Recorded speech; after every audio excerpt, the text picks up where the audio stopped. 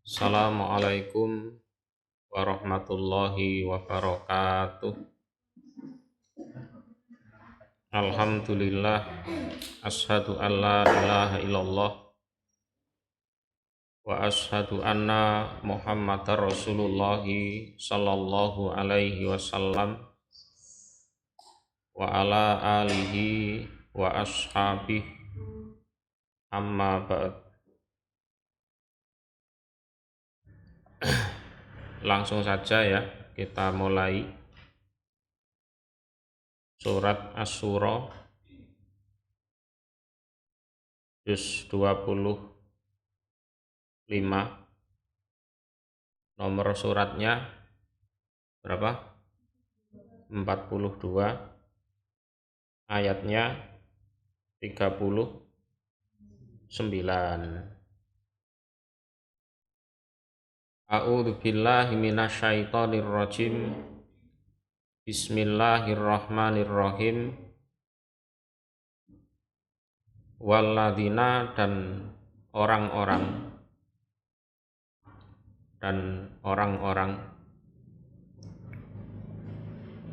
idza asobahum ketika menimpa hum pada mereka opo al-baghyu kedurhakaan atau penganiayaan, iku hum utawi mereka iku yantasirun itu maknanya meminta pertolongan, itu maknanya. Adapun pengertiannya adalah membela diri dengan cara membalas, ya, dengan cara membalas.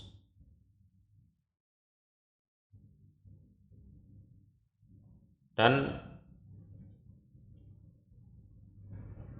orang-orang yang ketika mereka tertimpa kedoliman, artinya didolimi oleh orang lain, maka mereka berani membalas. Jadi meminta pertolongan artinya berani membalas. Cuma dalam pembalasan itu kok 2 kali lipat, itu ya enggak boleh. Jadi umpama didolimi satu kedoliman, dia balasnya juga 1. Jadi enggak boleh membalas dengan balasan yang lebih. Jadi orang beriman itu kalau dianiaya memang dia punya hak untuk membalas, punya hak untuk membalas. Jadi menurut As-Sudi radhiyallahu anhu, artinya adalah yantasiruna mimman bago alaihim min ghairi an ya'tadu. Itu di tafsir Durrul Mansur. Jadi mereka membalas dari orang yang mendolimi mereka, cuma dalam membalasnya itu mereka tidak melewati batas. Orang beriman punya hak untuk itu, ya, punya hak untuk itu.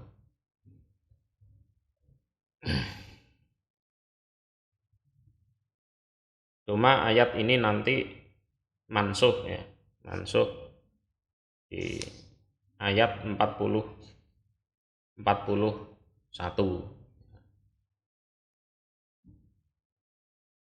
Nanti kita jelaskan pelan-pelan lah.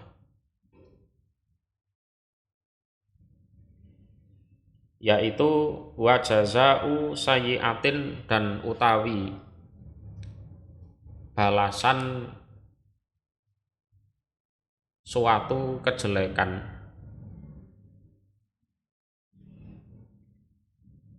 iku sayyi'atun, ya satu kejelekan, misluha yang semisal kejelekan. Jadi balasan suatu kejelekan itu adalah kejelekan yang semisal kejelekan tersebut. Jadi kalau didolimi sekali, balasnya juga sekali. Kalau 2 kali, silahkan balas 2 kali. 3 kali, silahkan balas 3 kali. Ya, itu. Jadi termasuk di sini masalah kisos juga. Kalau matanya dilukai, dia punya hak untuk balas melukai matanya yang melukai itu. Soal telinga juga sama. Sehingga dalam Islam itu ada istilah hukum kisos. Hukum kisos itu ya pembalasan yang setimpal.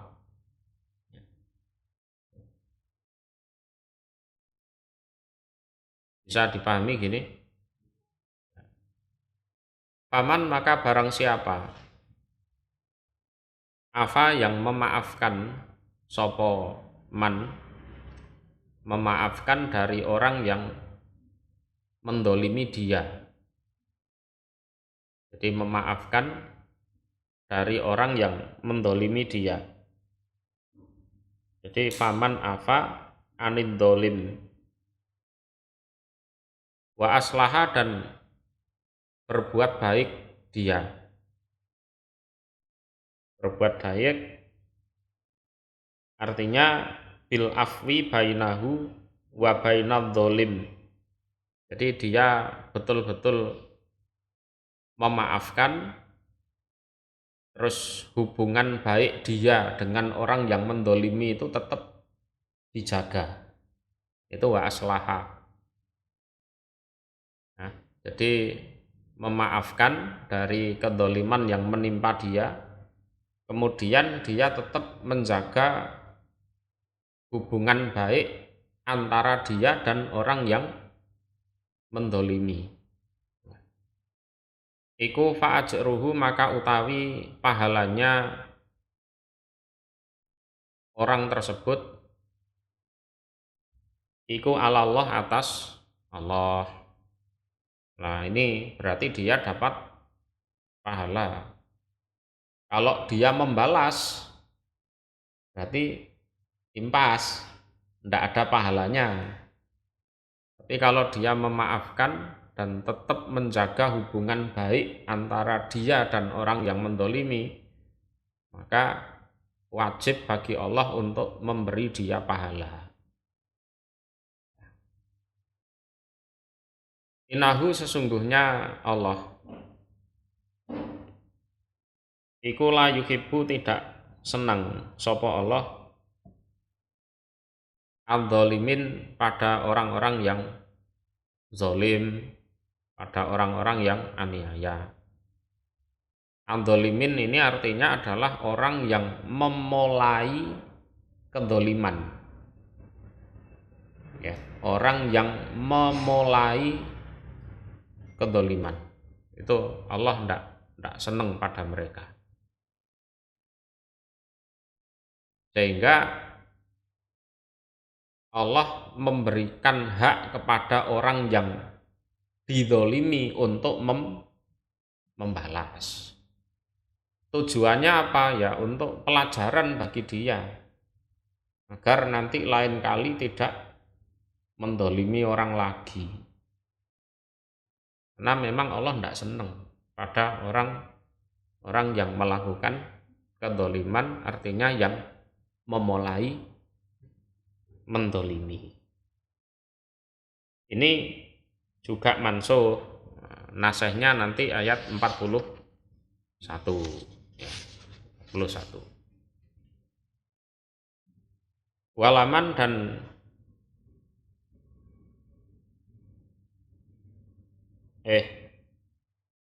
mansuh nasehnya ayat 43 diralat ya, 43.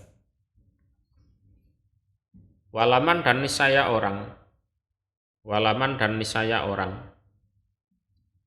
intasoro yang membalas sopoman,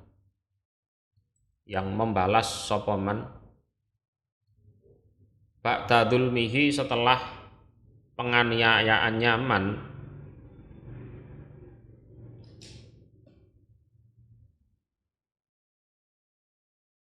iku faulaika maka demikian itu man, iku ma tidak ada alaihim atas mereka man, min sabil suatu jalan, minnya itu min zaidah ya, min sabil suatu jalan.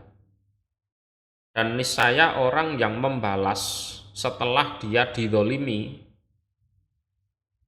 maka orang yang membalas itu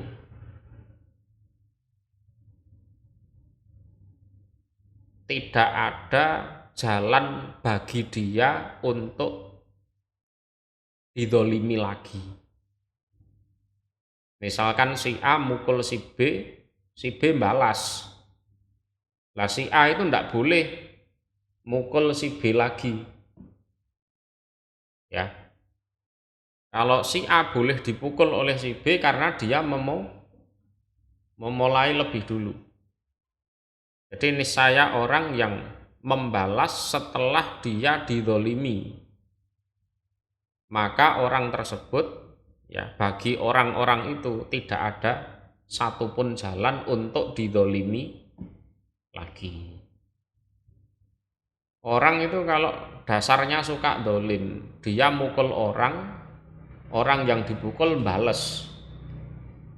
Lah orang ini apa? Marah, mukul lagi. Kan? Jadi si A mukul si B bales mukul. Lalu si A marah lagi, mukul si B lagi. Lah itu enggak boleh. Itu enggak boleh.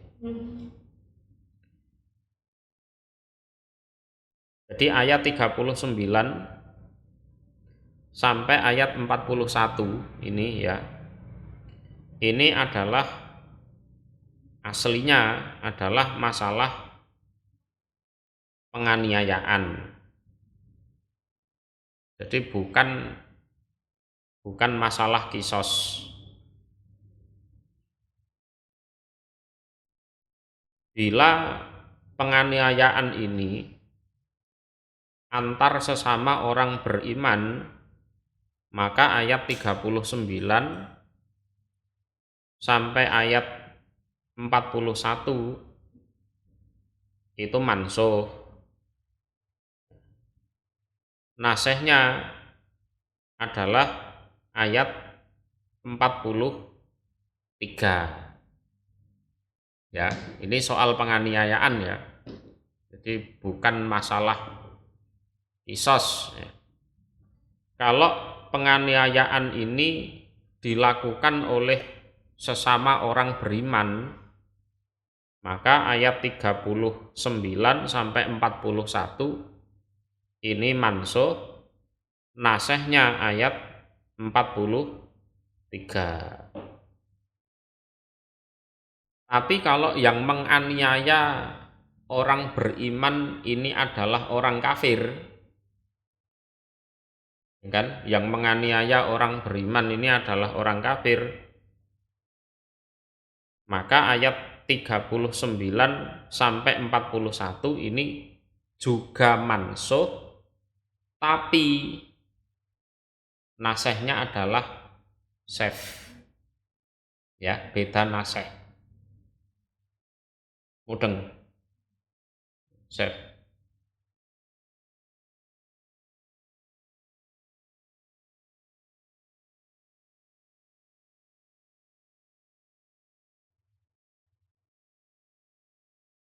Jadi kitab Nawasihil Quran dijelaskan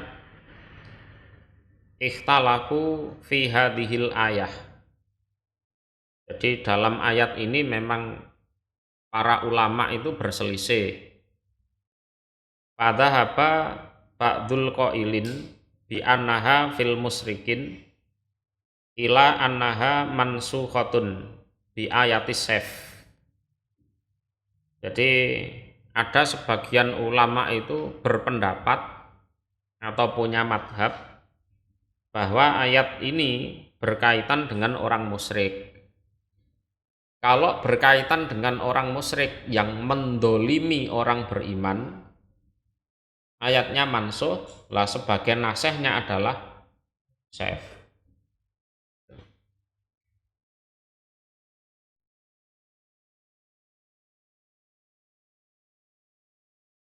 Walil qailina bi annaha fil muslimin qaulan.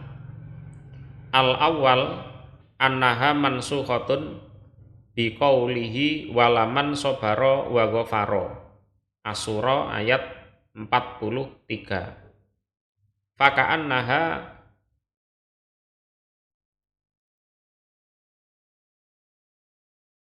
nubihat alamat khil muntasir. Tuma a'lamna annas sabra wal ghufrana amdah. Fabana wajhun naskhi. Ya. Jadi kalau ini berkaitan dengan sesama orang beriman, maka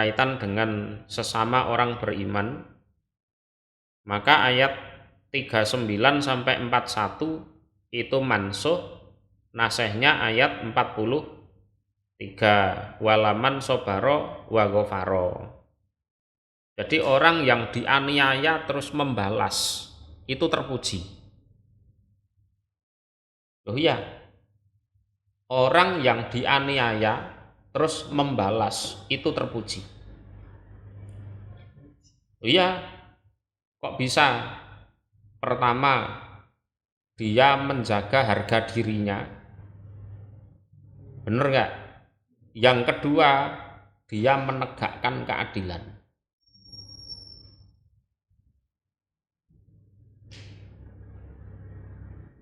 Mudeng? Bener enggak? Dia menjaga harga dirinya. Kok umpama dia sampai mati, matinya mati syahid. Yang kedua, dia menegakkan keadilan. Karena orang yang dolim itu kalau dibiarkan terus, perasaannya dia bener. Nggak merasa salah, terus tambah kemelinti biasanya. Sehingga harus dibalas. Cuma masalahnya, ini kalau berkaitan dengan orang yang sesama imannya, ya, ada yang berpendapat luweh apik sabar, luweh apik ngapura. Itu ada yang berpendapat seperti itu. Wasani annaha muhkamatun li anna sabra wal ghufrana fadilatun. Ya. Wal intisor mubahun fa'ala hadza takunu muhkamatun wa huwas shahih. Itu juga di dalam kitab Nawasihil Quran. Yang kedua, ada yang berpendapat bahwa ayat ini 39 sampai 41 ini adalah ayat yang muhkamah. Muhkamah itu tidak mansuh. Ada yang berpendapat seperti itu. Karena yang namanya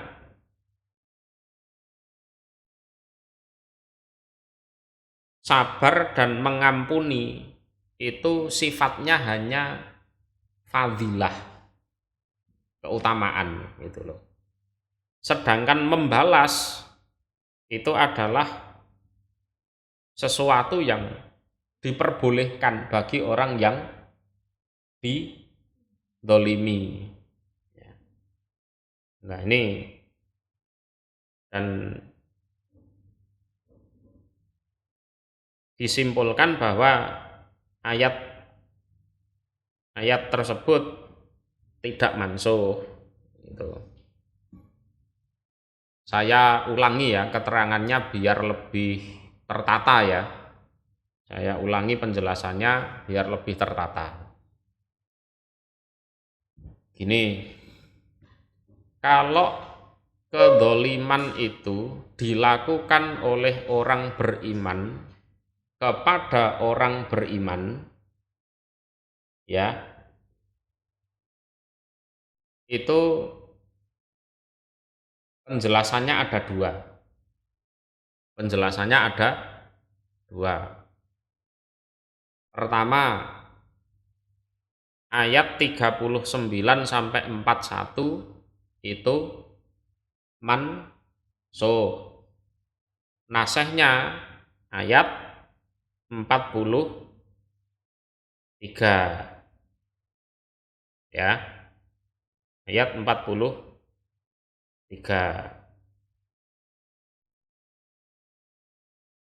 Jadi dalam pengertiannya adalah orang yang didolimi terus dia membalas itu baik, ya, baik.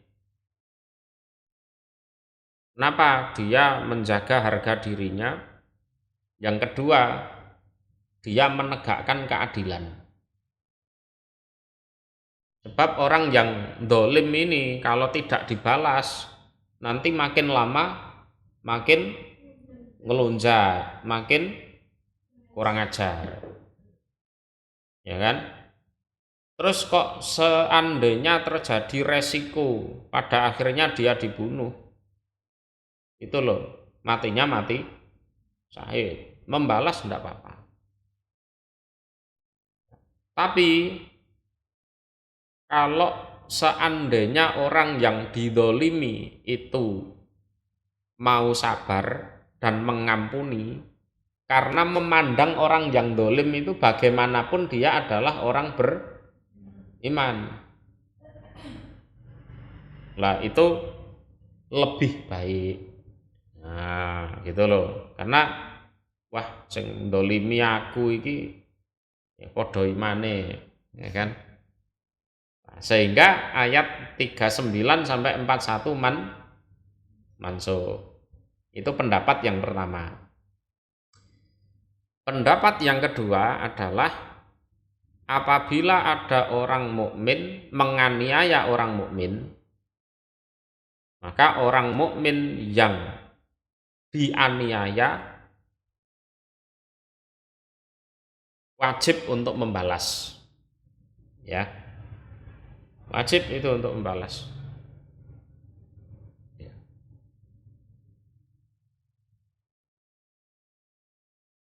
Sehingga ayat 39 sampai 41 tidak mansuh. Tidak dimansuh oleh ayat 43. Karena apa? Yang namanya sabar dan mengampuni itu hanya fadilah saja. Fadilah itu keutamaan orang yang didolimi itu saja. Tuh. Tuh ya. Jadi kalau yang mendolimi adalah orang beriman, yaitu penjelasannya ada dua itu. Berikutnya, kalau yang mendolimi adalah orang kafir, orang musyrik, maka ayat 39 sampai 41 itu mansuh. Nasihnya adalah saif. Nasihnya adalah saif. Diperangi. Gini loh ya. Ini saya jelaskan sekalian. Jadi Rasulullah itu diutus oleh Allah di usia 40 tahun. Ya kan? Tinggal di Mekah selama 13 tahun. Selama 13 tahun itu didolimi terus. Rasulullah dan orang-orang beriman itu didolimi terus. Ya dicaci maki, ya dipukuli, dilempari batu. Sampai yang namanya Bilal sama majikannya dijemur, diterik matahari, dadanya ditaruh batu di atasnya, enggak dikasih minum. Ada yang namanya Yasir, Sumayyah, itu ya dibunuh, kan? Jadi kedzaliman orang musyrik itu luar biasa. Ya. Kemudian Rasulullah dan para sahabat hijrah dari Mekah ke Madinah. Pada saat hijrah itu nggak mungkin kan semua hartanya dibawa ke Madinah. Mosok omahe arep digenjong, ya kan? Banyak harta yang tidak bisa terbawa. Ya kalau sekarang didadekno dhuwit lebokno ATM, ya kan? Kalau waktu itu nggak bisa. Banyak harta yang pada akhirnya dijarah oleh orang-orang musyrik. Rumahnya ditinggal, ternaknya ditinggal kan gitu kan. Mosok wedhuse arep digawa kabeh kan ndak mungkin. Ya kan? Begitu ditinggal, nah hartanya itu dijarah oleh orang-orang musyrik. Sehingga pada akhirnya Allah menurunkan ayat-ayat perang. Sehingga terjadi perang Badar, perang lain-lain itu. Itu salah satunya adalah dalam rangka mengambil kembali harta orang-orang beriman yang dijarah oleh orang-orang musyrik. Jadi yang memulai perang siapa sebenarnya? Orang musyrik. Yang memulai perang itu mereka. Yang kedua, mengobati luka hati. Kowe nek didolimi terus karo wong mangkel enggak? Obat luka hati orang yang didolimi adalah dia melihat orang yang mendolimi celaka. Bener enggak? Ayatnya memang seperti itu. Wa yasfi sudura qaumin mu'minin. Allah pengen mengobati luka hati orang mukmin yang selama ini didolimi oleh orang musyrik. Saya kasih contoh satu. Ada orang beriman itu namanya Abdullah bin Mas'ud. Orangnya kecil, pendek, kurus. Kerjanya menggembala kambing. Gembala kambing, angon wedhus. Terus ada orang musyrik itu namanya Abu Jahal. Abu Jahal itu tinggi besar.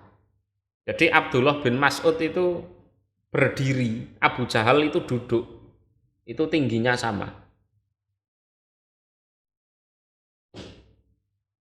Iya.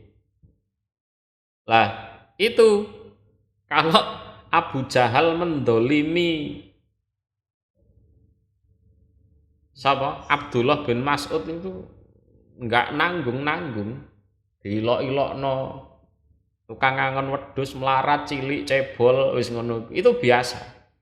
Sampai pada titik ini loh, telinganya dijewer, ditempelne tembok gini, dipaku telinganya. Telinganya ya sakit, hatinya juga sakit. Abdullah bin Mas'ud itu mengalami seperti itu. Ya, dijewer kupinge ngene ya, dicuentelne tembok dipaku. Ya apa rasane? Itu kedolimannya orang musyrik ke orang beriman sampai seperti itu. Terus terjadilah perang Badar.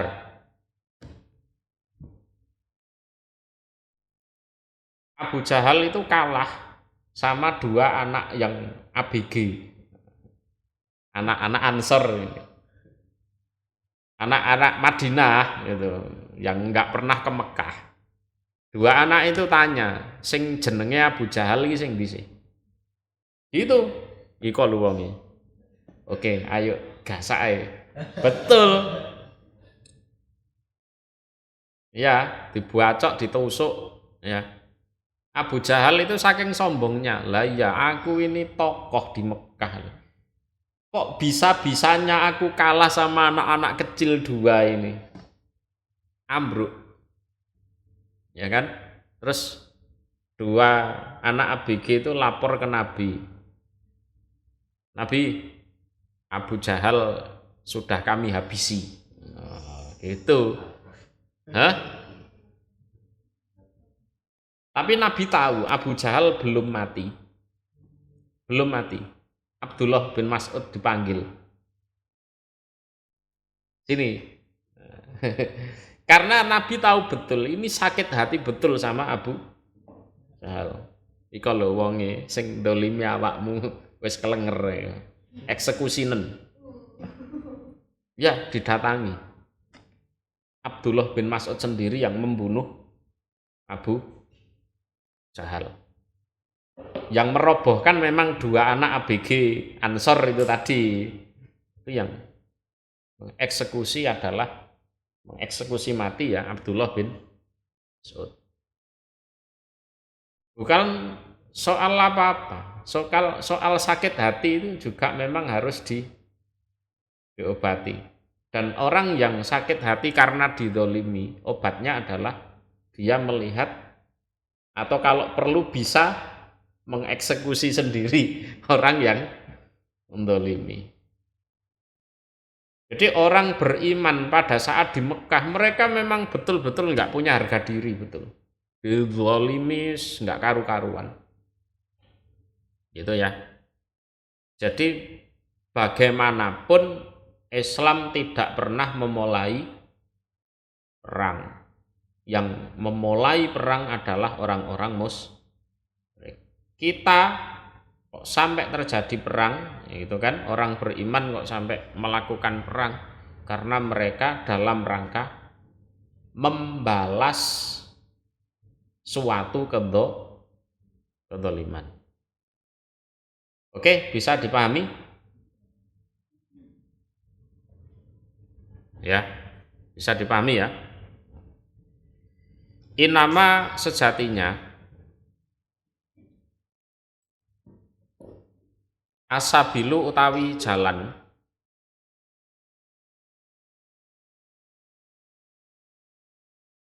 iku ala ladina atas orang-orang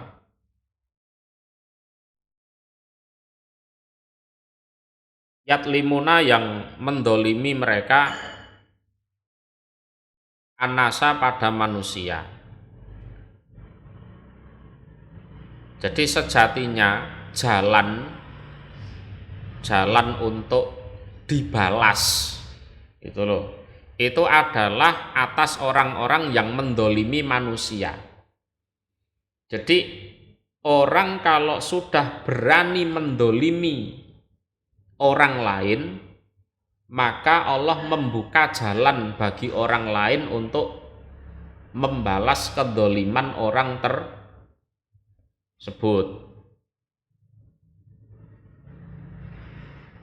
Bisa dipahami ya? Waya berguna dan mencari mereka atau mengerjakan mereka fil ardi di dalam bumi bi ghairil haq dengan selain kebenaran, artinya melakukan kemaksiatan. Jadi yakmalu nafiha bil ma'asi. Lah orang yang melakukan kemaksiatan di bumi itu juga Allah kasih jalan untuk dikasih pelajaran orang itu. Misalkan minum arak, ya dipukuli, enggak apa-apa. Enggak masalah itu. Gini, misalnya saya dalam keadaan sadar, ya, dalam keadaan sadar, misui sampean minta pertanggungjawaban ke saya enggak? Pasti minta. Awakmu lapo misui aku, Cak? Iya kan? Kalau saya sadar saja terus berbuat suatu kesalahan, saya harus bertanggung jawab atas kesalahan saya. Apalagi kalau saya mabuk terus misui orang.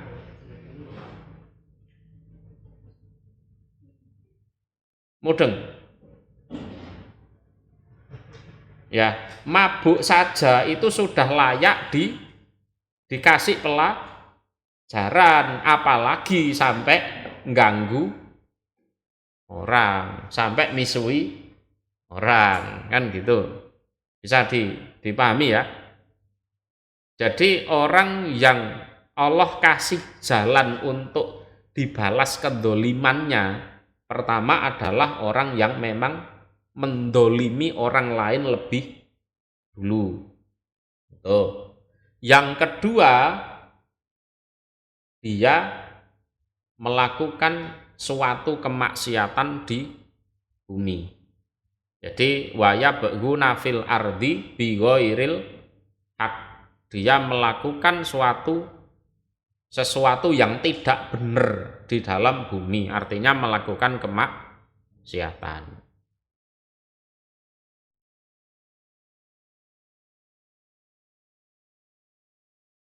Ulaika utawi demikian itu. Kalau tadi saya contohkan minum arak kan gitu kan. Maksiatan yang lain banyak, ngerampok, nyopet, apa meneh. Korupsi aslinya katut iki. Lho ya, aslinya katut. Lahum iku bagi mereka adzabun utawi siksaan alimun yang menyakitkan.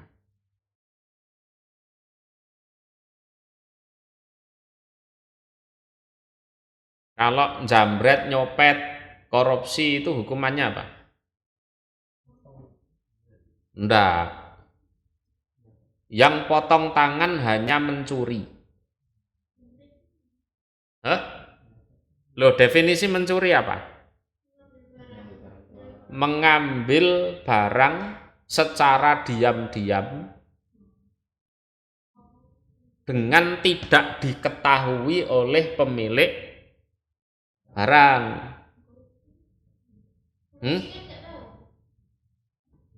Sekarang kalau jambret itu mengambil barang secara cepat, ya kan? Merampok, ya, dengan ancaman kan, bondo apa nyawa kan gitu.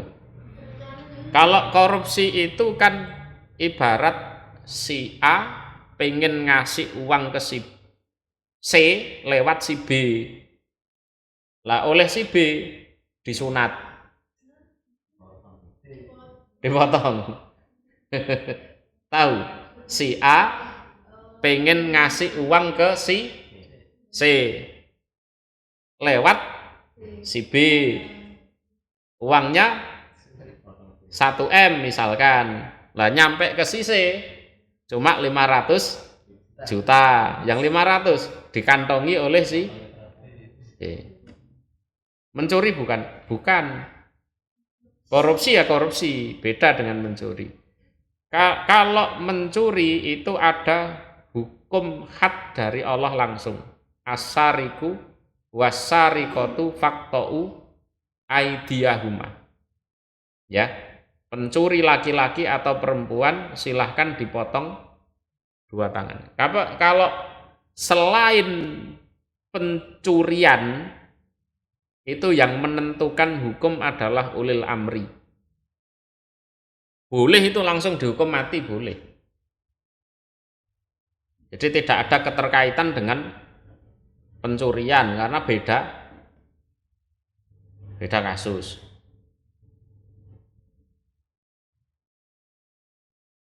Jadi kita bedakan definisinya dulu. Ya. Mencuri kan mengambil barang orang lain secara sembunyi-sembunyi di luar sepengetahuan yang punya barang, kan gitu kan. Itu mencuri. Kalau jambret beda, ngerampok beda, korupsi beda. Ya. Mudeng ya. Waman dan nanti mau. Walaman dan niscaya orang. Ini sebagai nasih ayat 39, 40, 41 tadi. Sobaro yang bersabar artinya tidak membalas. Tidak membalas. Wa ghafaro dan mengampuni. Mengampuni artinya ya membiarkan. Inna dzalika sesungguhnya demikian itu, sabar dan mengampuni. Di wa ghafaro itu tajawazu an dzolimih. Jadi mengampuni dari orang yang mendolimi dia.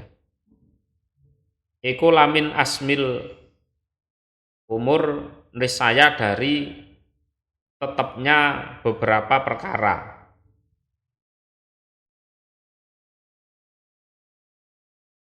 Kalau basa Jawane yakti saking tetepe pirang-pirang perkara. Utawa disejone pirang-pirang perkara gitu. Jadi bimakna al-matlubat sar'an. Jadi secara syariat itulah yang diharapkan bagi orang yang didolimi.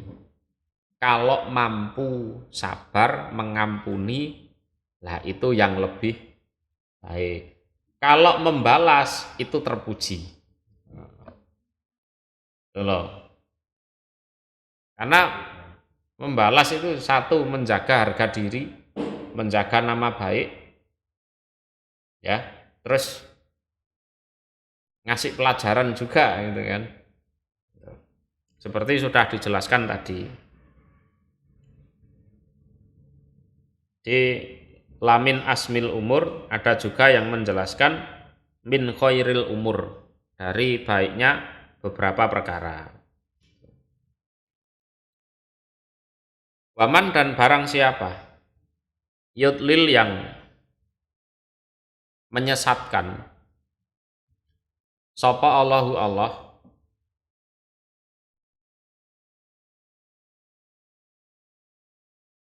fama maka tidak ada iku fama maka tidak ada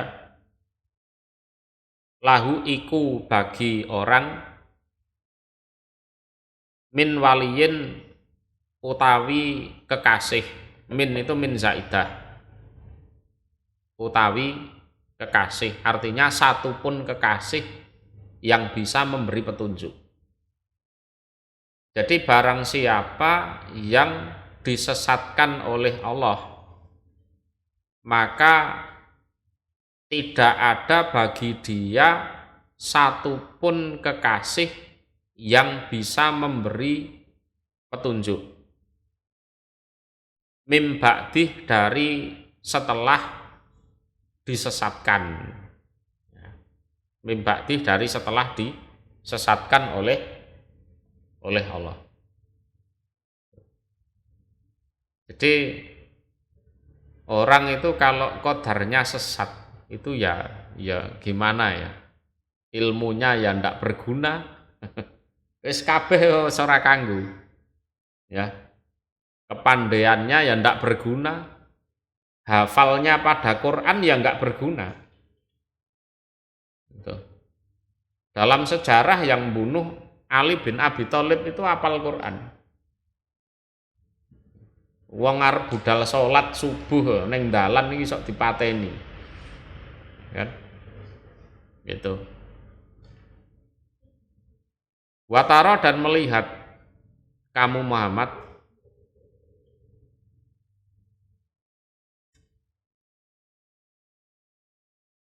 artinya akan melihat kamu Muhammad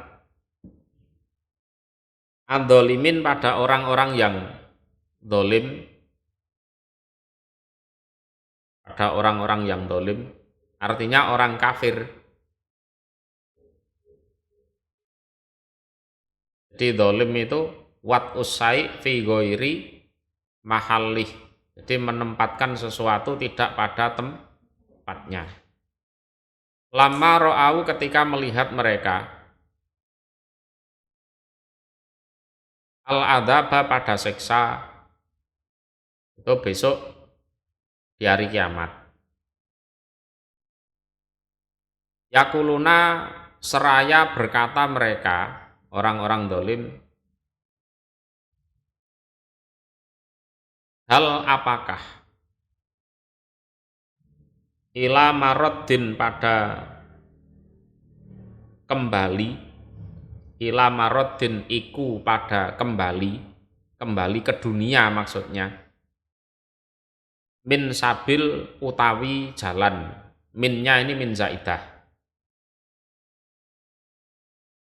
di utawi jalan, artinya satu pun jalan. Dan kamu, wahai Muhammad, kelak akan melihat orang-orang yang dolim ketika mereka melihat siksa, mereka mengatakan, apa kira-kira ada satu jalan saja kembali ke dunia. Mereka akan ngomong seperti itu. Sekarang saja mereka nantang-nantang. Kiamat mana? Dari dulu kiamat, endi sampai saiki lho gak ana kiamate. Jarene nek aku nglakoni maksiat arep disiksa, endi siksane itu. Itu sekarang. Orang-orang yang dolim ngomongnya seperti itu. Tapi kelak, wahai Muhammad, engkau akan melihat mereka, orang-orang yang dolim, saat mereka melihat sendiri siksa yang akan menimpa mereka, mereka akan mengatakan, ada ndak ya satu jalan saja bagi kita untuk kembali ke dunia. Maunya kami mau beriman, kami maunya mau memperbaiki sikap, ngono kuwi. Itu. Jadi nantang-nantangnya hari ini. Iku apa? Ora sumbut karo apa? Kesedihan mereka di hari kiamat nanti. Watarohum dan akan melihat kamu Muhammad hum pada mereka yu'raduna didatangkan mereka alaiha atas neraka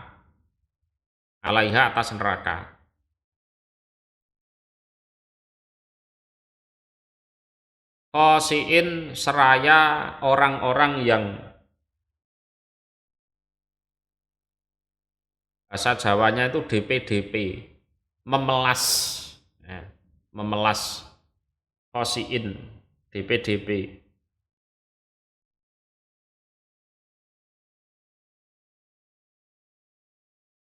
minadzuli dari kehinaan,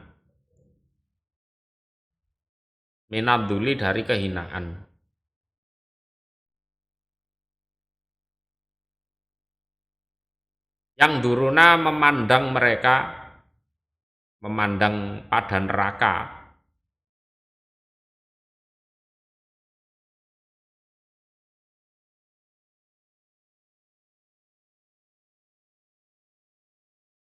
Mintorfin dari pandangan kofiyin yang samar. Kofiyin yang samar. Jadi apa? Kepalanya tertunduk tapi sekali tempo ngelirik ini. Takut gitu, saking takutnya itu. Kepalanya tertunduk, ya kan? Terus sekali tempo ngelirik ini. Ngono ku tarfin khofi. Karena saking takutnya. Dan kamu akan melihat, wahai Muhammad, pada mereka, mereka didatangkan betul pada neraka dengan keadaan memelas. Takut juga. Jadi khosiin itu kan khoifin mutawadiin. Ya takut terus memelas gitu. Karena memang keadaan mereka waktu itu betul-betul hina. Takut iya, terus apa meneh? Kuatir iya, hina iya, wis macem-macem. Sehingga pandangannya pun saat melihat neraka itu dengan pandangan mintorfin khofi. Jadi dengan pandangan yang apa? Samar. Jadi sirain dingkluk ya wedi dengan sesekali ngelirik.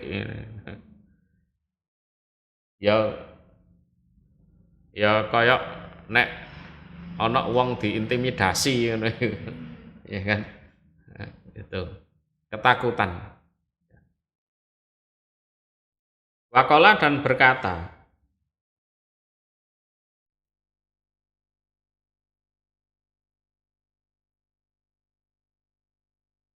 sapa aladina orang-orang amanu yang beriman mereka itu di hari kiamat. Jadi tadi ya yang duru namin torfin khofi itu menurut Qatadah, menurut Imam As-Sudi, yusariku nan nador min siddatil khauf. Jadi mencuri-curi pandang karena memang ketakutan yang luar biasa. Itu keadaannya orang kafir nanti di hari kiamat seperti itu. Lah di sisi lain orang-orang yang beriman di hari kiamat mereka mengatakan innal khosirina, sesungguhnya orang-orang yang rugi. Orang-orang yang rugi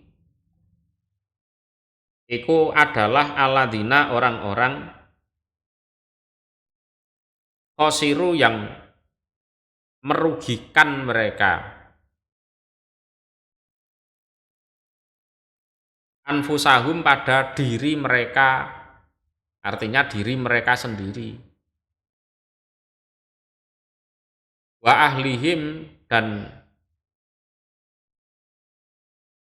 keluarga mereka. Yaumal kiamah di hari kiamat. Dan orang-orang yang beriman mengatakan sungguh orang-orang yang rugi adalah orang yang merugikan diri mereka sendiri dan merugikan keluarganya di hari kiamat. Kok bisa orang itu kalau memang ditakdirkan kafir, itu keluarganya juga diajak kafir? Lihat anak istrinya sholat itu dimarahi. Ngopo sholat barang enggak ono duwike. Ngono. Kowe sholat jengkang-jengking ngono iku oleh apa? Wareg ta wetengmu ngono. Wis kono ngarit ae, karuan nggih pangan wedhus, wedhusmu kena didol. Omongan seperti itu muncul memang dari orang yang kafir, itu muncul seperti itu. Ngopo jengkang-jengking ngono iku? Warak nek jengkang-jengking ngono iku. Kono nyambut gawe ae ngono. Karuan oleh dhuwit kena nggih mangan.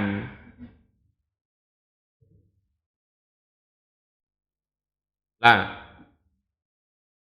dengan tingkah pola mereka yang seperti itu kelak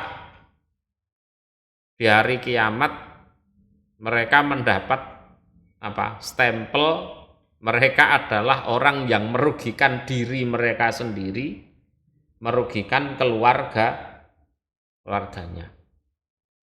Karena apa? Ya di nerakanya ya kekal betul soalnya. Ya. Allah ingatlah.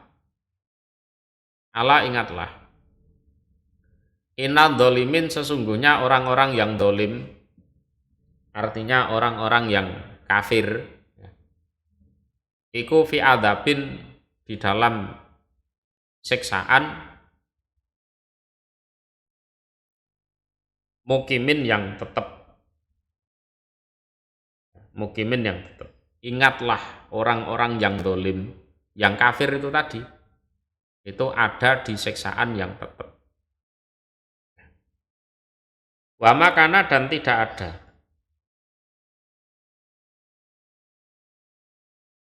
Lahum iku bagi mereka sopo min aulia. Minnya itu min zaidah. Beberapa kekasih. Yan surunahum, yang menolong sopo aulia. Hum, pada mereka orang dolim, orang kafir, min dunillah, dari selain Allah. Lah kalau sudah ada di neraka itu, ya, tidak ada kekasih-kekasih yang mampu menolong mereka dari selain Allah. Padahal kalau dipikir-pikir, temennya waktu di dunia banyak. Orang kafir temannya waktu di dunia ya banyak. Ya kan, diajak pesta sama-sama, maksiat sama-sama, itu. Ya ngono kuwi, siap sedia saat makan, ya kan, menghilang saat dibutuhkan. Wis ngono kuwi. Jadi orang-orang kafir itu relasinya, koneksinya di dunia banyak, temannya banyak.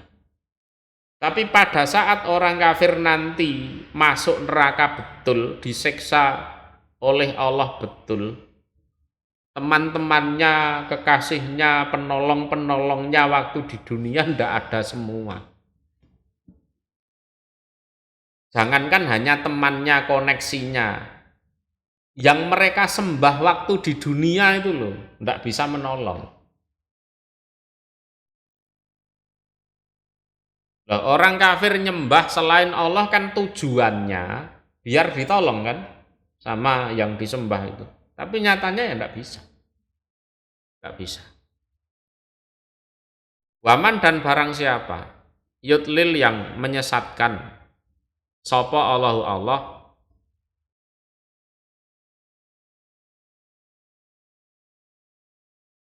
maka tidak ada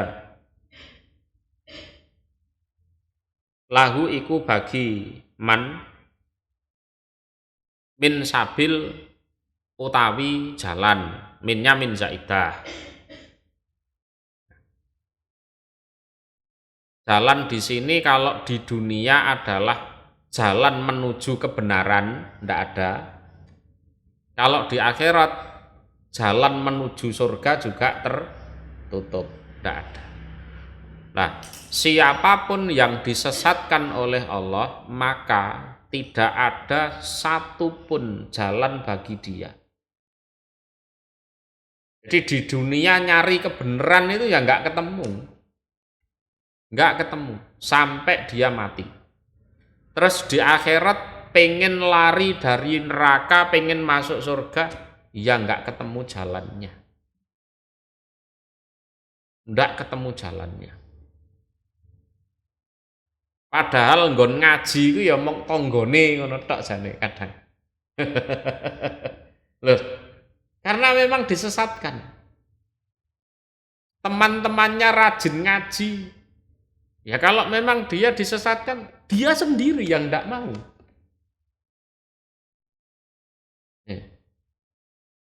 Bapak ibu kiai misalnya, kalau anaknya itu ditakdirkan sesat, ya tidak mau. Mengikuti jejak orang tuanya tidak mau. Ya, orang tua terus lihat anaknya solih-solihat, rajin beribadah, ya tidak mau. Dituturi sama anaknya, Pak Bu ngaji ya toh Pak Bu. Kon niku sapa? Kon niku lho uyuhku. Atik nuturi aku barang. Padahal kebenaran itu sudah ada di sekitarnya dan dekat dengan dia. Wis cedek. Wong sing nglakoni kebenaran niku ya wong tuane dhewe, dulure dhewe, anake dhewe, tanggane. Tapi kalau memang disesatkan oleh Allah, ya wis. Ndak mau dia, ndak ketemu jalan kebenaran itu ndak ketemu. Sampai betul-betul dia meninggal.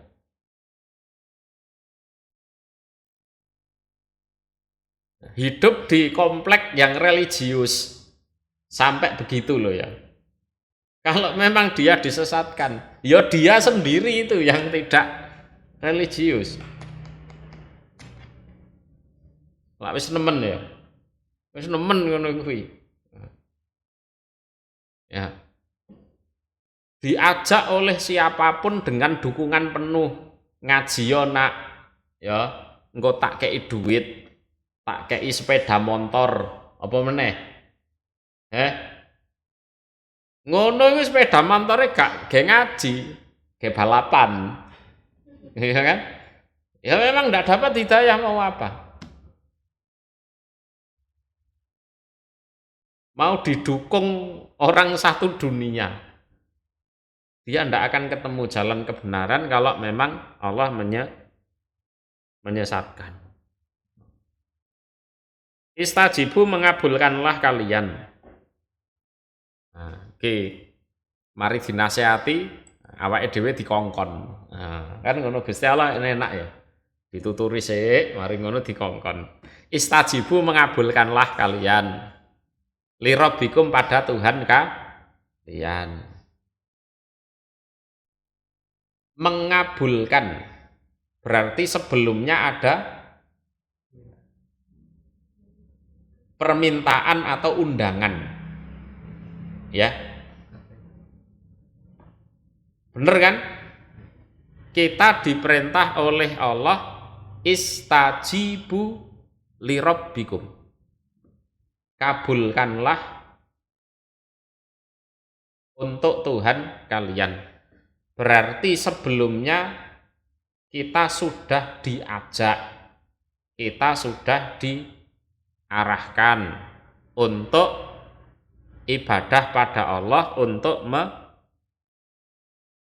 mengesahkan Allah.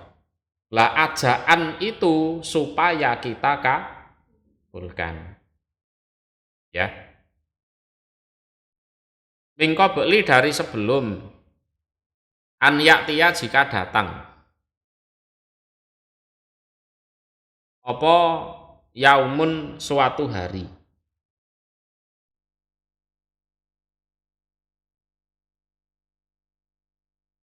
Yaumun suatu hari. Hari ini hari kiamat maksudnya.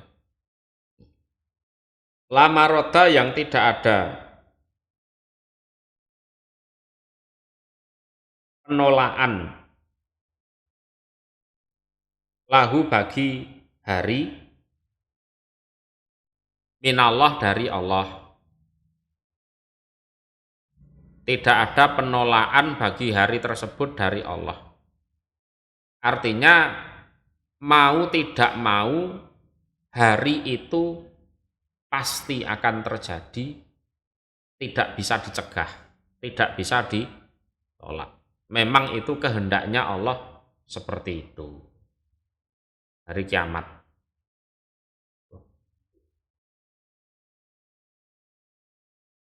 Saya tanya sekarang, orang apa batasnya amal itu, batas terakhir amal itu sampai mati atau sampai hari kiamat? Sampai hari kiamat. Jawabanmu bener, tapi aku durung ngerti alasanmu ini bener tangga. Gini, walaupun orang itu sudah mati, dia masih bisa beramal. Dalilnya,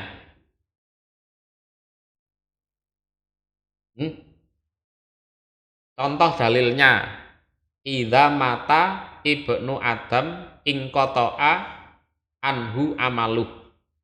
Ketika anak Adam itu meninggal dunia, maka terputuslah amalnya.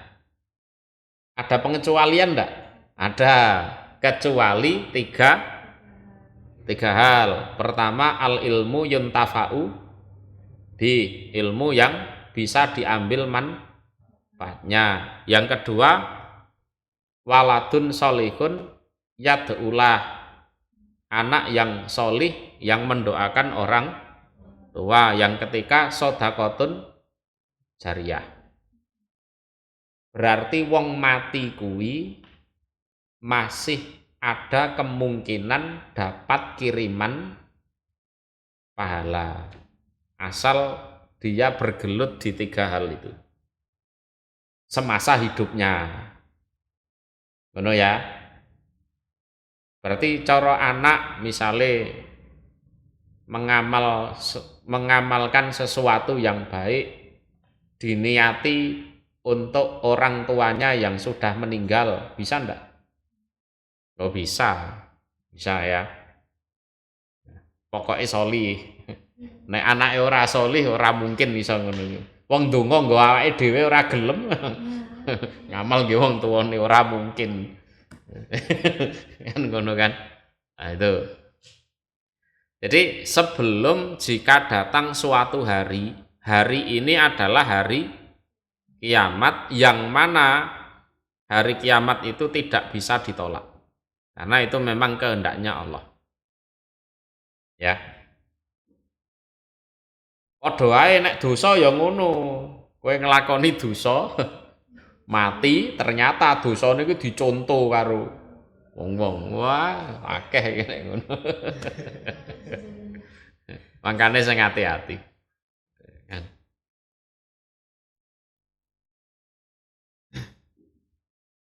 Ma tidak ada lakum iku bagi kalian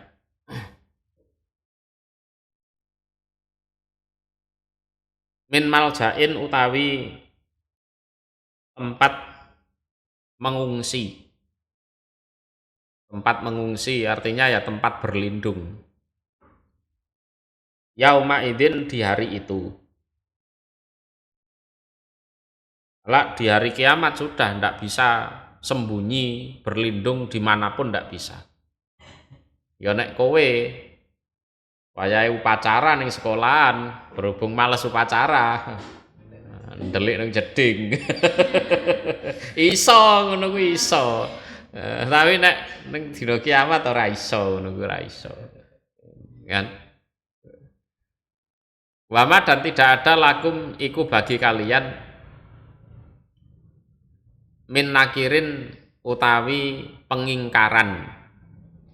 Pengingkaran terhadap dosa. Ya, pengingkaran terhadap dosa.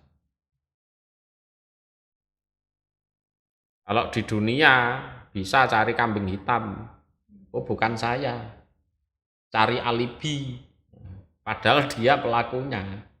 Itu di dunia masih bisa. Pokoknya pinter ngomong, lepas itu dari tanggung jawab dosa. Kalau di akhirat enggak bisa.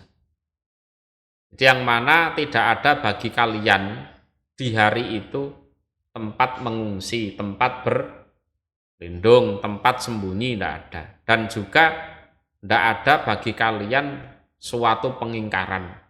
Kalian tidak bisa mengingkari dosa-dosa kalian.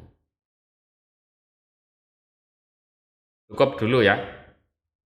Muga-muga Allah paring barokah. Assalamualaikum warahmatullahi wabarakatuh.